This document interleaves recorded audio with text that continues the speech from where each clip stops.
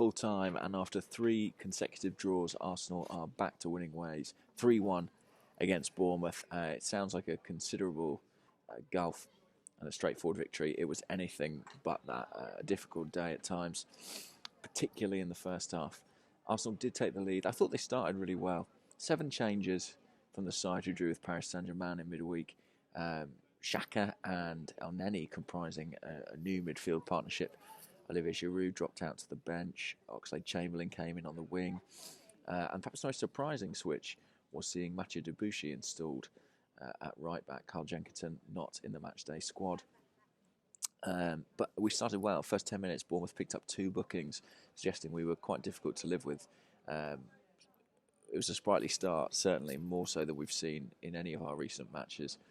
And 2 good blocks from Bournemouth prevented us taking the lead. Having defended so well in those early stages, they will have been absolutely infuriated to go behind, because there were simplest of mistakes, a misplaced pass. Alexis Sanchez raced onto it, and there was no mistake from him. He got a few games without a goal, so he was delighted to be handed that one.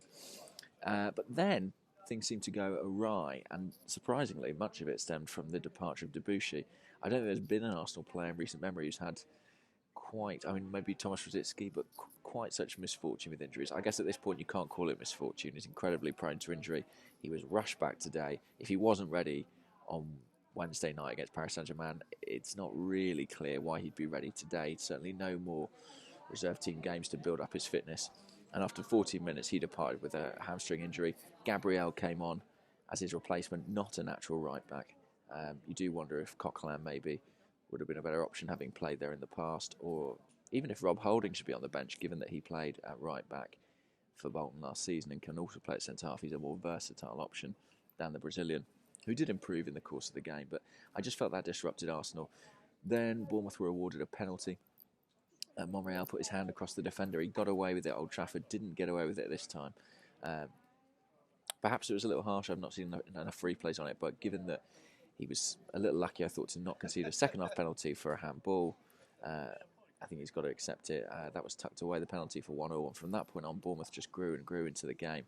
You can see why they're so highly rated, even without Jack Wilshere in the side. They played a very attractive brand of football, and we struggled. Suddenly our confidence wilted and diminished, and Bournemouth were on top at half-time. However, second half, got in front 2-1, a bit of footwork from the right from Ozil. Ball came to Monreal, who could have thrashed at it, but instead played a very composed cross, which Theo Walcott nodded in.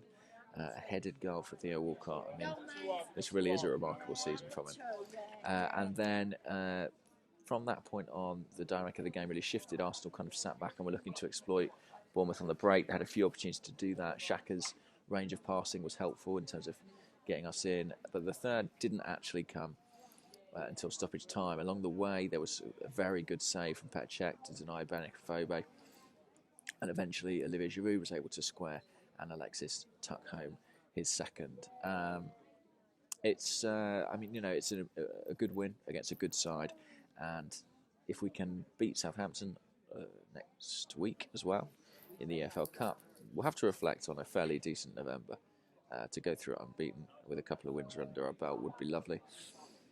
What else to say about today? I thought El Neni was very good in the centre of midfield. I think this right-back situation is something that needs to be solved. There were times where outfield players couldn't trust Gabriel on the ball. You could see they could look to pass to him, but then decided not to. And that was, to be honest, what was happening with Jenkinson.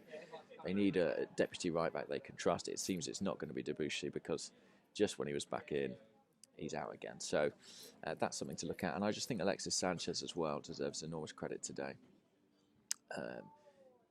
Even when Arsenal were playing poorly in the first half, he always looked like someone who could produce something out of nothing. There was a shot against the crossbar, another brilliant 1-2 with Ozil, and he fired a shot over the bar. Even when there was a team functioning, he had that spark. It was a match winner. There was a brilliant pass to Ozil in the second half as well, with the outside of his foot.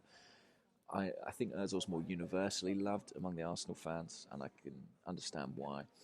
But Alexis is really the one player in this team who I think can turn a game like that. And he doesn't need anything around him to be functioning. He doesn't require service in the way some strikers do.